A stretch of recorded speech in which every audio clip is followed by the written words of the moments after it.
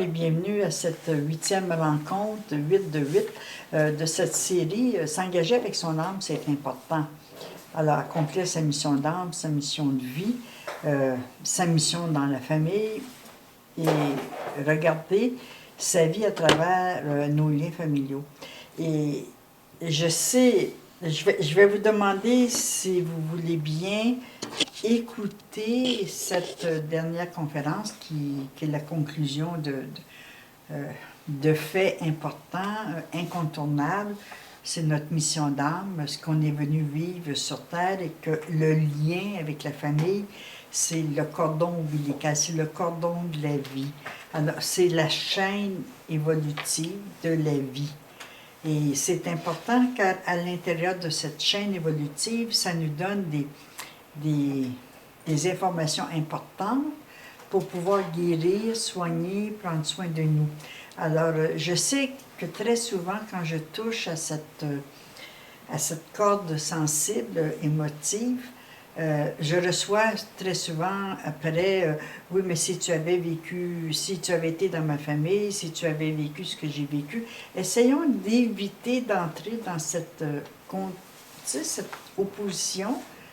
Essayons d'écouter avec les oreilles de l'âme, avec les yeux du cœur, les yeux de l'âme, pour comprendre pourquoi l'âme s'est incarnée dans cette famille et pourquoi nous avons vécu telle et telle difficulté, que ce soit de l'inceste, du viol, des situations perverses, difficiles à vivre. Essayons de juste d'être observateur. Moi, je vais vous demander ce soir, dans cette conférence, de rester observateur, observatrice de ce qui va se dire.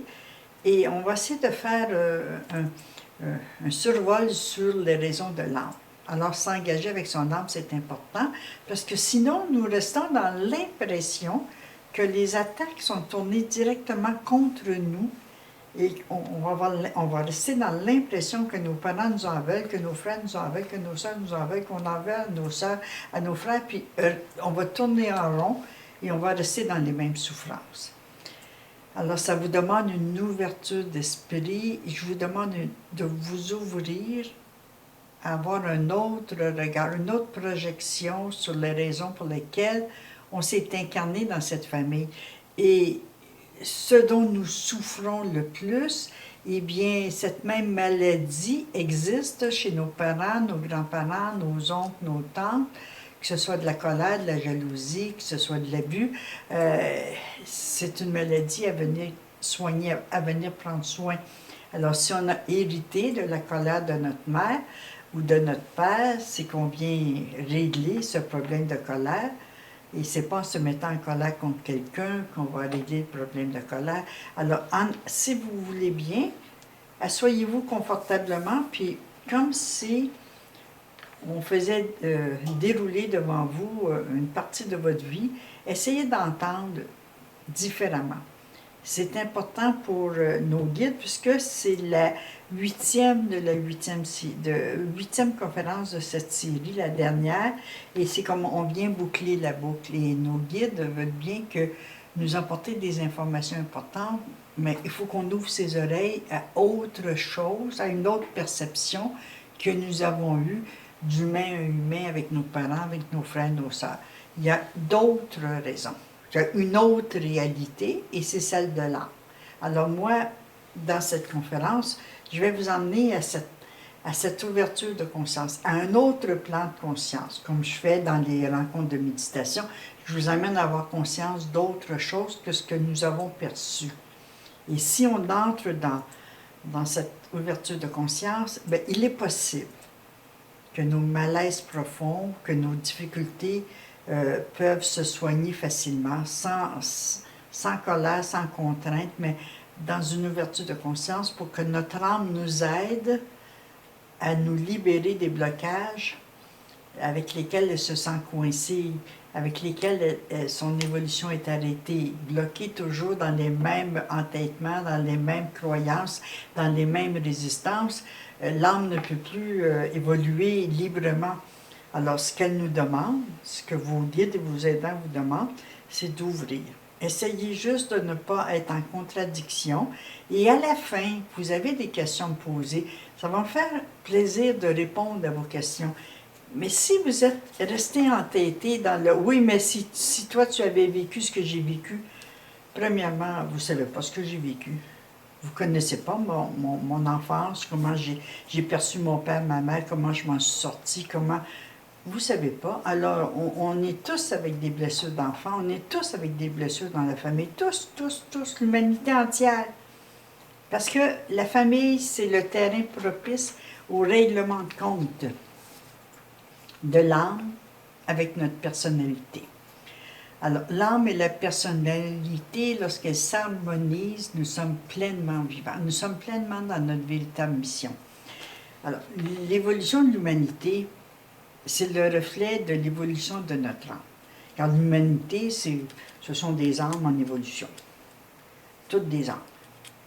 Lorsque l'âme n'est plus là, eh bien, on est dans le cimetière ou dans une urne à attendre que quelqu'un vienne nous visiter. Mais tant que nous sommes debout, que nous agissons, que nous avons la vie, eh bien, l'humanité, qui se trouve actuellement dans tous les conflits dans lesquels nous nous retrouvons, eh bien, c'est une partie de nous. La façon dont nous abordons notre famille, les défis que nous devons surmonter à travers les manques de non-amour décelés dans des attitudes de parents, de frères, de sœurs, qui nous démontrent bien que la famille est l'endroit où l'âme prend place pour guérir le manque, le non-amour, pour guérir le non-respect, pour guérir la non-compréhension. Alors, on ne s'est pas incarné là par hasard. C'est pas un hasard. C'est que l'âme a son plan de vie. Le plan est parfait. L'âme a son plan de vie. Et les situations avec lesquelles vous avez dû composer dans votre enfance, eh bien, fait partie du plan de l'âme. Pour nous, dans notre rationnel, avec notre personnalité, on trouve ça inconcevable, inacceptable. Pour ma part, moi, j'ai trouvé ça inconcevable d'être né de cette façon-là, dans cette maison-là, dans cette famille-là. Et je me dis, bon, même si ça me paraît inconcevable, je dois ouvrir ma conscience que si c'est inconcevable pour moi, la petite personne que je suis, eh bien, si c'est inconcevable pour moi, mais c'est concevable pour mon âme. Et après tout, j'ai pris l'engagement de l'accompagner dans cette vie-ci, aussi bien m'ouvrir à un autre degré de compréhension. Le sens de notre présence sur Terre est en relation directe avec les expériences que l'âme a vécues antérieurement et répétées dans notre famille actuelle. Alors, les personnes que nous rencontrons dans notre famille, dans nos amis, tout ça, ce sont des personnes, des âmes avec qui on a déjà vécu quelque chose, consciemment ou non, et avec lesquelles on vient poursuivre des actions merveilleuses. Quelquefois, on trouve un compagnon, une compagne de vie, une associée au travail, un travail professionnel où nous avons près de nous un climat propice à la réussite, au succès. Eh bien, les personnes que nous rencontrons, qui nous rendent si bien service, qui nous apportent autant d'informations, sont des personnes que nous avons rencontrées et avec qui on a un lien énergétique. Lorsque nous rencontrons dans notre famille de la rivalité, de la jalousie, des attitudes qui incitent les membres de la famille à se diviser, quelquefois, il y en a qui vont essayer de diviser pour mieux régner. Des fois, c'est des parents, des fois, c'est des frères, des sœurs, qu'importe. Des fois, c'est un mari, des fois, c'est une belle famille. On les retrouve à quelque part. Lorsque les déséquilibres sexuels, les penchants pervers de certains membres de la famille, l'abus de pouvoir, la possessivité, l'attrait pour la luxure et le paraître excessif, c'est que nous venons remettre de l'ordre dans notre clan familial. Et ça résonne quelque chose en nous. On n'arrive pas... moi, je ne suis pas arrivée dans un exemple, moi, je ne suis pas arrivée dans une famille où la cuisine, la pâtisserie, la boulangerie étaient importants. Mais François, lui, oui. S'il regarde ses grands-parents, ses arrière-grands-parents, ses tantes, ses oncles, sa mère, sa grand-mère, il voit bien qu'il y a une lignée là, de cuisiniers, là. Mais il avait besoin de ça pour développer ses talents. Moi, je n'avais pas besoin d'une lignée de cuisiniers pour développer mes talents. J'avais besoin d'une autre lignée. Alors, la lignée parentale, elle a son impact, elle a son importance. Même si nous essayons de toutes nos forces de nous en libérer, de nous en détacher parce qu'on trouve ça trop souffrant, eh bien, il y a des liens qui nous unissent à cette lignée parentale et on essaie aujourd'hui d'ouvrir sa conscience qu'il y a quelque chose de juste, d'exact et que nous avons tout intérêt à regarder ce que nous pouvons soigner, les comportements, les attitudes, les croyances, les interprétations, afin de pouvoir s'ouvrir à un niveau de conscience plus élargi. Ouvrir sa conscience, être plus large dans sa conscience. Avoir conscience que notre âme a un rôle important à jouer dans notre vie sur Terre. Elle a un rôle si important que si elle n'est pas là, on ne peut pas bouger. Alors, elle a un rôle important. Cette partie de nous, cette partie énergétique, a une grande importance. Alors, aussi bien vivre avec elle et en prendre conscience. Notre personnalité, la partie consciente, qui ressent les effets de ces déséquilibres, bien, cette partie humaine, cette conscience humaine, a la responsabilité d'accompagner son âme vers la guérison. Pas vers le malaise, pas vers les attaques, pas vers les oppositions, pas vers les refus, pas vers les dépressions, pas vers les suicides, mais vers la guérison. Alors, on s'est engagé. Il y a une partie consciente, c'est nous. On s'est engagé à accompagner cette partie inconsciente, qu'on appelle l'âme, cette partie qui connaît tout de nous, qui sait tout de nous, qui voit tout de nous, qui sait exactement où elle va. On s'est engagé à l'accompagner. Les plus grands défis surviennent lorsque notre personnalité, notre partie consciente, prétend que c'est vers nous que les attaques sont dirigées. Quand on se sent accusé, quand on se sent jugé, quand on se sent blâmé, quand on sent ils ne me comprennent pas, ils ne me veulent pas, j'ai jamais été désiré, on n'a jamais voulu de moi, je suis toujours le vilain petit canard. Tant qu'on se sent victime, quand on se sent personnellement attaqué, c'est là que les difficultés commencent. Car notre âme, ce n'est pas son travail de nous rendre coupables. Son travail, c'est de nous aider à déloger, à déraciner cette sensation de culpabilité, de blâme, d'accusation, de jugement qu'on se porte à soi-même. N'oublions pas que si nous avons l'impression que les autres ne nous acceptent pas, il faudrait tourner le miroir vers nous et se regarder probablement, et pas probablement, et à 100%, moi je vous dis que quand vous avez l'impression que les autres ne vous acceptent pas, c'est qu'au fond de vous, c'est vous-même, c'est le reflet de ce que vous pensez de vous, de ce que vous êtes. Alors, notre partie consciente humaine qui ressent les effets de ces perversités qu'on a nommées avant et de ces comportements difficiles à comprendre, lorsque cette partie se révolte, résiste et réagit fortement, eh bien, c'est là que les problèmes commencent, c'est là que la souffrance débute et c'est là que les maladies physiques, émotionnelles, financières se font. Nous avons perdu alors le véritable sens de notre responsabilité à accompagner notre âme. Tant qu'on prend ça personnel, tant qu'on croit que les autres nous jugent, tant qu'on garde en nous cette sensation qu'on ne veut pas se prendre conscience qu'on pourrait changer, on pourrait déloger cette sensation désagréable pour passer à autre chose, tant qu'on refuse de prendre conscience que cette sensation désagréable, cette interprétation-là, c'est nous qui l'avons fait.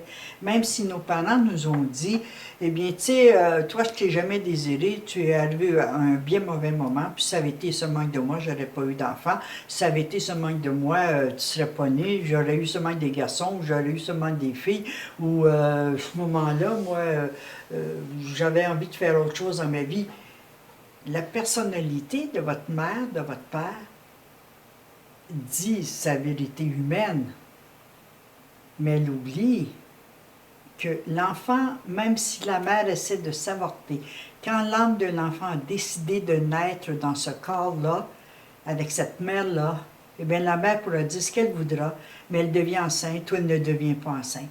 Et là, quelquefois, l'enfant a peut-être besoin de la racine d'un homme qui l'a violé pour que vous arriviez, ou d'une rencontre fortuite d'un soir, et voilà, vous arrivez à l'improviste comme ça, non attendu, mais c'est ainsi que ça devait se passer, ou ça s'est passé dans des moments peut-être difficiles financièrement, avec la famille, et vous deviez naître. Alors c'est l'âme qui a le dernier mot, quoi qu'en disent les parents, quoi qu'en dise la personnalité de nos parents. Moi, ce que j'ai entendu dire, c'était que j'étais de trop. Et j'ai cru longtemps que j'étais de trop. Ben, je suis pas de trop. J'en en prendrais d'autres personnes comme moi. Je suis pas de trop. Le travail que je fais, je suis pas de trop. Le travail que j'ai fait dans ma famille, je suis pas de trop. Je l'ai fait travailler, mais je suis pas de trop. Alors, il a fallu que je change ma perception. Et là, c'est au moment où on change notre perception de notre présence sur Terre, de nos talents, de nos ressources, c'est là que ça commence à bien aller. C'est là que la réussite arrive, c'est là que le bien-être s'installe.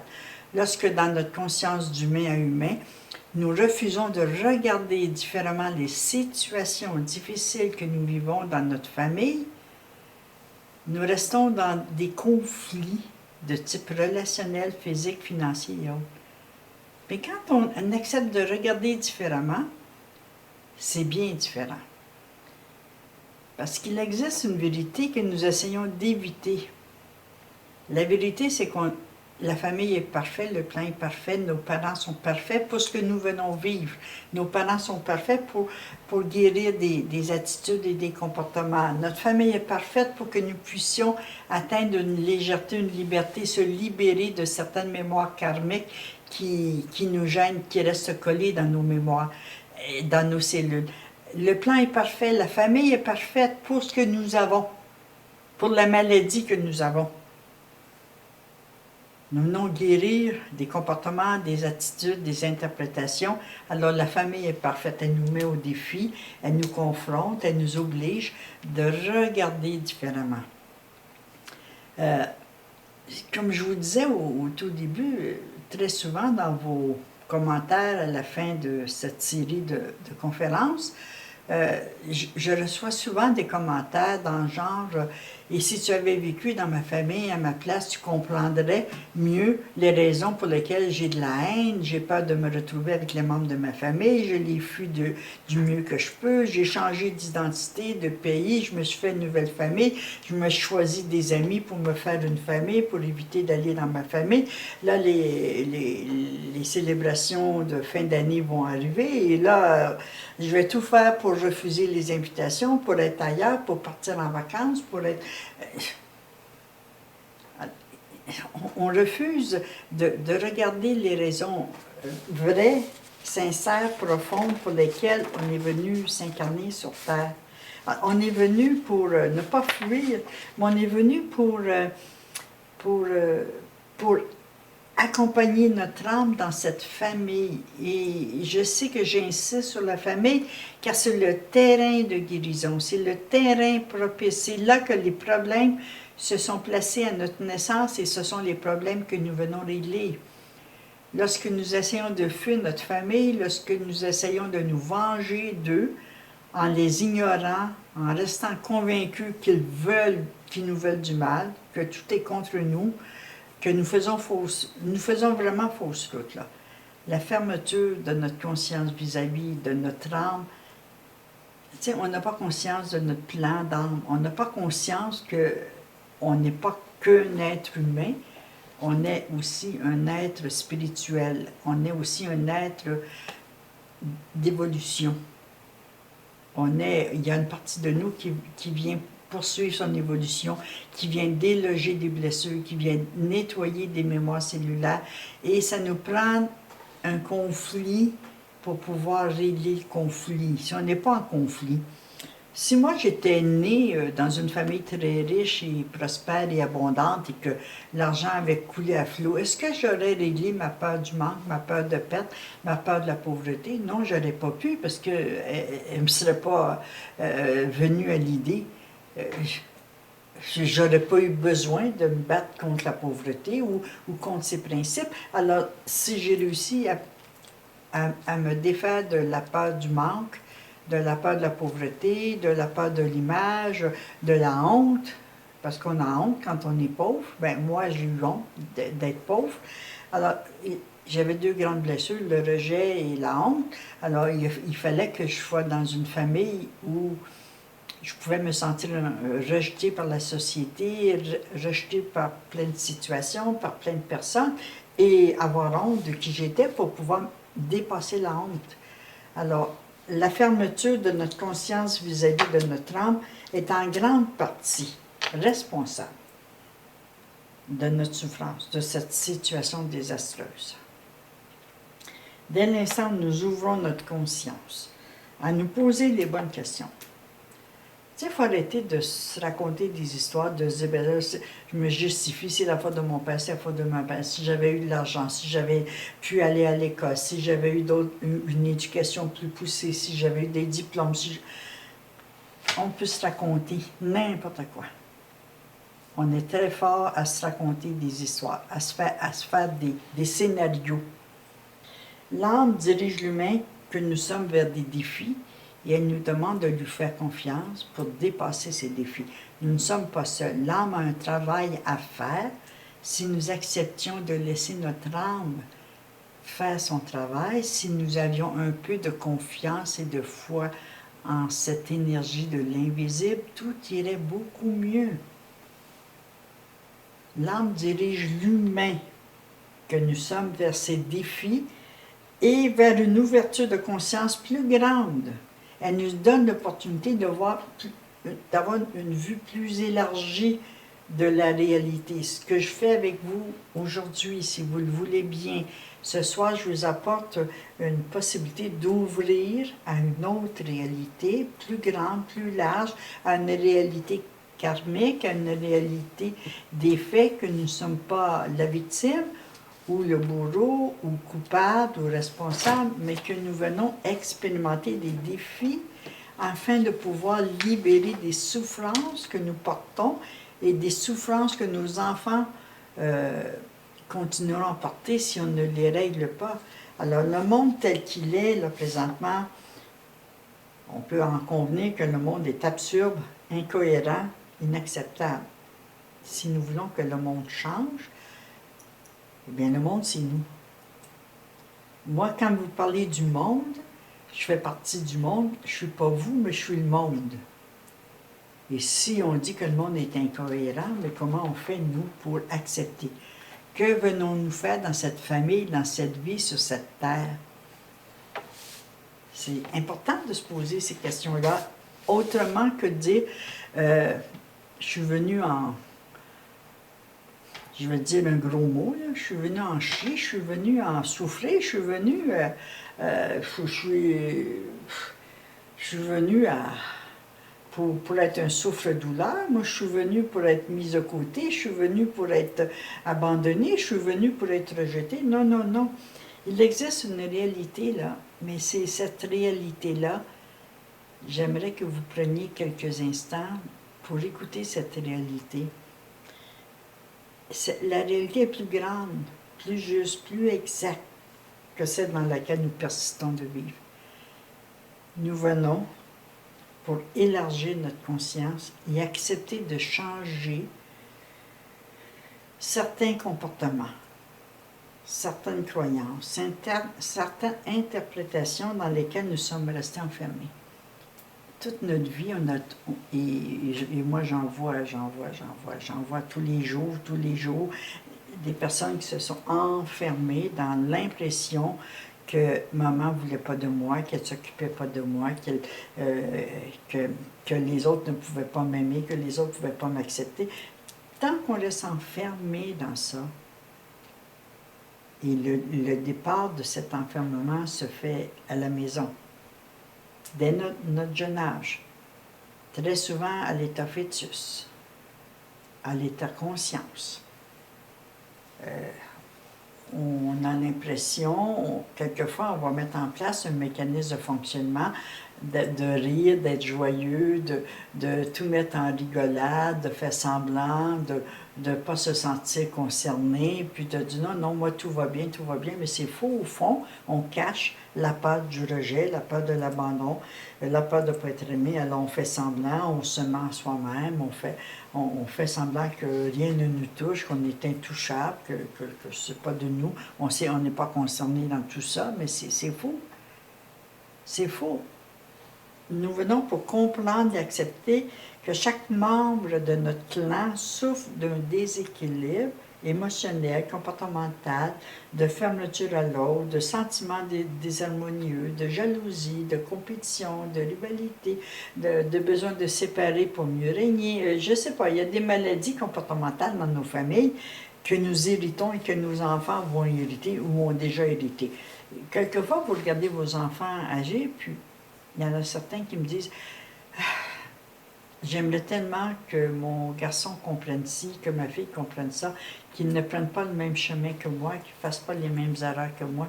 Mais ils ont hérité, si nous sommes en colère, ils ont en colère contre nos parents, ils ont hérité de cette colère et nous en veulent d'être en colère contre les grands-parents qu'eux aiment beaucoup.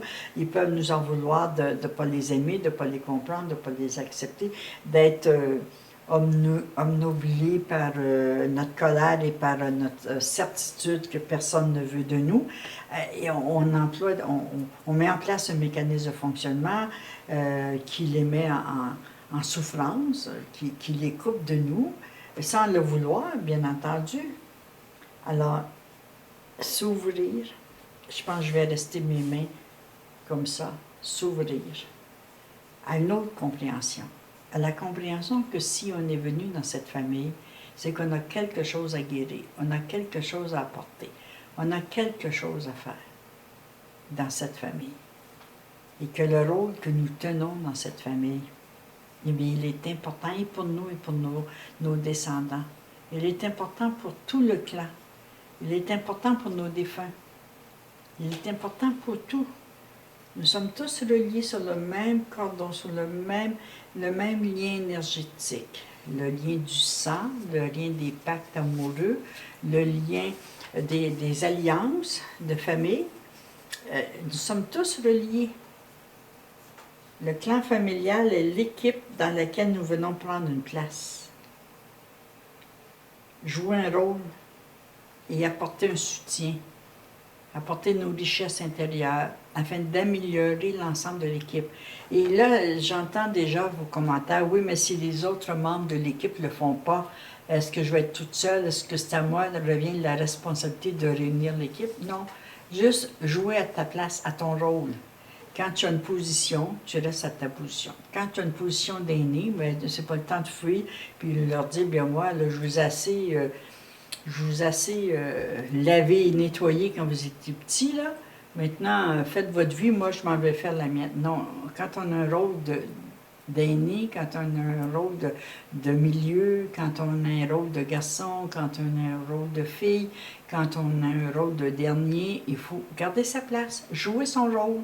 Si en personne, et je le répète à chacune de mes conférences, si physiquement, oralement, là, verbalement, on ne peut pas rester, parce qu'il peut y avoir des situations où c'est absolument inacceptable, vibratoirement, on a la responsabilité de se sentir concerné par ce qui se vit dans notre famille et par la place que nous tenons, le rôle que nous devons jouer, avoir la conscience d'accompagner notre âme dans nos défis, accepter d'avoir des pensées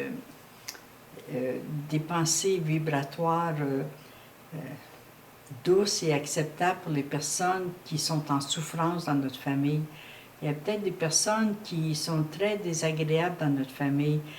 S'ils sont porteurs du germe de la maladie, alors c'est à nous de dégager de cœur à cœur, d'âme à âme, vibratoirement, une énergie vibratoire qui va leur permettre de nettoyer leurs blessures, de changer d'attitude et de comportement. La communication vibratoire est très importante. La communication entre les membres d'une famille, la communication vibratoire, la communication de cœur à cœur, l'ouverture est important pour que nous puissions recevoir, pour que l'univers puisse nous donner à notre tour. On n'est pas responsable de l'ouverture ou de la fermeture de cœur ou d'esprit des autres membres de la famille, mais nous sommes responsables de notre fermeture ou de notre ouverture de conscience vis-à-vis des autres membres de notre famille. Ça, nous avons la responsabilité de lâcher nos colères, de lâcher nos révoltes, de se dire, bon, qu'est-ce que je peux faire? Il est vrai que, comme je disais au tout début, là, que dans notre famille, il peut y avoir des personnes qui ont des attitudes perverses, inacceptables, sexuelles, financières, des abus de pouvoir, de la manipulation. Il est vrai, c'est vrai, si on est dans cette famille-là, c'est qu'on avait besoin de soigner notre colère contre ça, ou peut-être c'est un reflet de ce que nous avons été dans une autre vie. Là, on n'entrera pas dans les vies karmiques, mais on va juste comprendre que si on est en face de ces personnages-là, c'est que nous avons quelque chose à soigner, le regard que nous avons de nous, la colère que nous pouvons avoir, la peur du jugement, la peur d'être identifié à ces personnes-là. On a un travail en conscience à faire. Il est important d'accepter de changer notre perception que nous avons sur notre famille et sur le rôle que nous tenons dans notre famille. C'est très important d'accepter de changer le regard, parce que sinon, il n'y a rien qui va changer. Sinon, les guerres vont se poursuivre, les catastrophes, les situations inacceptables vont se poursuivre. Alors, la plus grande preuve de notre ouverture de conscience, lorsque nous nous ouvrons en conscience, on ouvre ses oreilles, on ouvre sa conscience, on jette un regard plus circulaire sur la situation, plutôt que de rester enfermé dans nos œillères, ne voyant que notre petit soi, notre petit nous, notre petite personne, et croyant que toutes les flèches sont dirigées contre nous. Lorsqu'on accepte d'ouvrir soit juste un peu, regarder un peu plus grand, jeter un regard plus large sur la situation, à ce moment-là, nous prenons conscience que nous sommes sur cette terre pour accompagner notre âme, parce que si on est né dans cette famille-là, ayant ce problème-là, nous avons une partie intérieure à nous à soigner. Nous prenons notre responsabilité à nous. On n'essaie pas de soigner la famille. On ne dit pas « tu dois changer ci, tu dois changer ça, à l'avenir, ne me parle pas comme ça, tu dois être plus ouvert, tu dois être amour. » Non, non. On s'occupe de nos bébites, on s'occupe de nos affaires. On s'occupe, nous, de changer ce que nous pouvons changer. On s'occupe de reprendre notre place énergétiquement. On s'occupe de s'avouer que la colère que nous avons envers les autres l'ont aussi envers nous. Alors, c'est à nous de changer ce que nous pouvons changer. Notre famille est importante et c'est inutile d'essayer de la fuir. C'est inutile. C'est tout à fait... Même si on essaye, les liens de sang, les pactes, les alliances sont scellés. Et on fait partie du même clan, on fait partie de la même équipe. Alors, si nous voulons vraiment accompagner notre âme vers le mieux-être et vers une conscience que des défis qui sont devant nous dans notre famille, nous sommes sur le chemin de la guérison. J'aimerais juste que ça ne reste pas des mots, que je ne sois pas en train de vous faire un sermon sur la famille, mais plutôt de prendre conscience qu'on a chacun de nous des comportements, des attitudes à changer, des interprétations. On a chacun de nous notre responsabilité. Moi, samedi, j'ai enterré un de mes beaux-frères, le mari de ma sœur.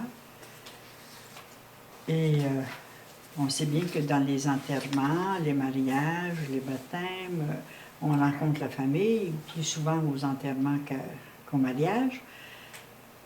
Et là, dans l'énergie, il se passe des choses.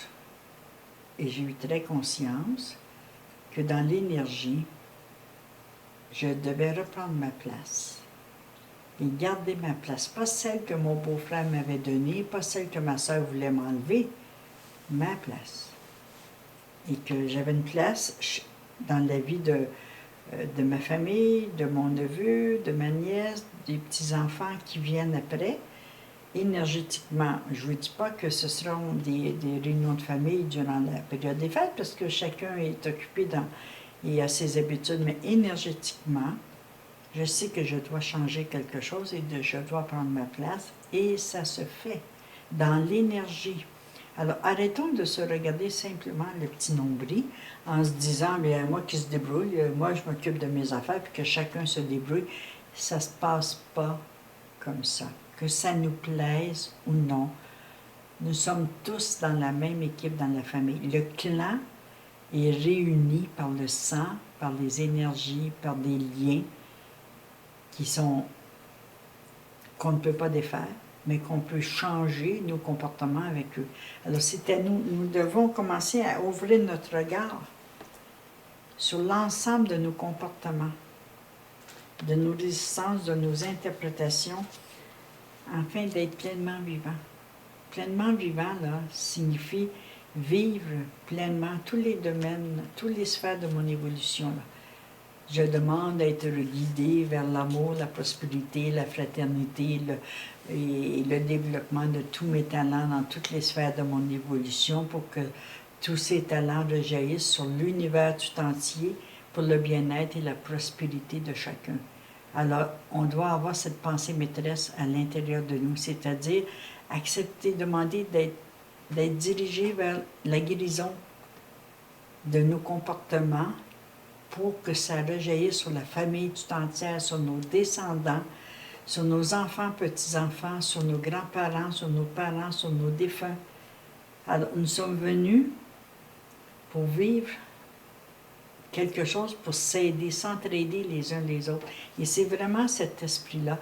Il faut rester au centre de notre être, là où l'âme et la personnalité s'unissent. Alors, il faut vraiment prendre le temps, là, pendant quelques instants, d'avoir cette prise de conscience que c'est inutile d'essayer de couper les liens énergétiques qui nous unissent. Nous pouvons les améliorer. Plutôt que de rester en colère, nous pouvons nous détacher de la colère, nous détacher de la dépendance, nous détacher de la peur que l'autre personne vienne nous abuser, vienne nous attaquer.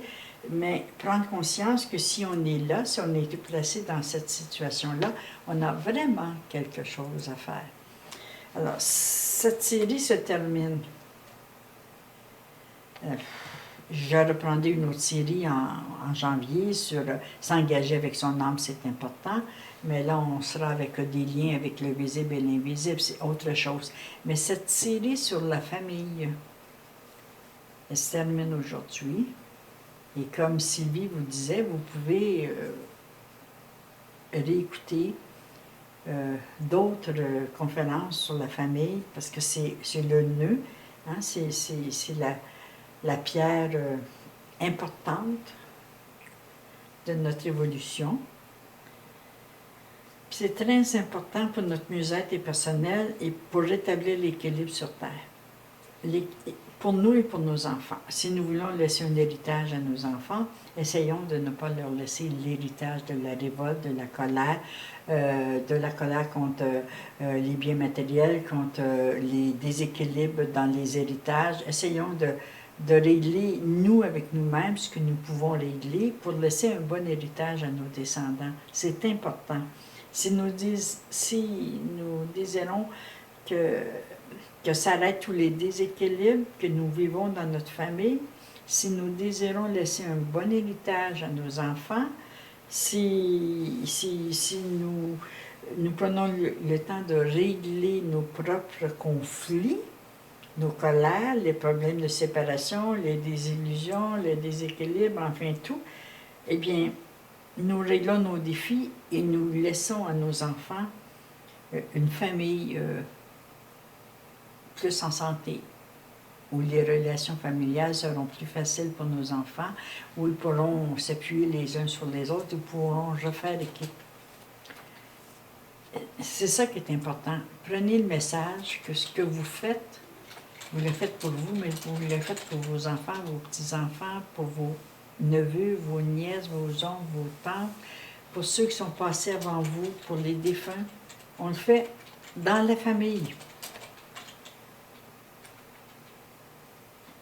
Alors, essayons de regarder ce que nous pouvons changer. Écouter nos mal-être, nos colères, nos résistances, puis s'ouvrir à une autre réalité afin de changer, transformer ce que nous pouvons changer, transformer, certaines interprétations, certains comportements, laisser partir des colères, accepter de se réconcilier avec le passé pour passer à autre chose. Tu sais, le passé, là, tant qu'on reste accroché au passé, on n'avance pas. On essaie de réparer ce qui est passé puis qu'on ne peut pas réparer, puis on oublie de réparer en avant, de faire autrement, différemment. Puis on ne donne pas l'exemple à nos enfants. On leur donne l'exemple de rester en colère, d'être en rivalité les uns avec les autres, et ça ne va pas. Alors c'est avec une prise de réflexion sur la famille et sur notre place, sur ce que nous pouvons changer, ce que nous pouvons lâcher du passé pour aller de l'avant, pour laisser à nos héritiers quelque chose de plus agréable, de plus doux, de meilleur, une meilleure façon de vivre. Et là, bien, je vais passer à vos questions et ça va me faire plaisir d'y répondre. Alors, je vous donne la parole.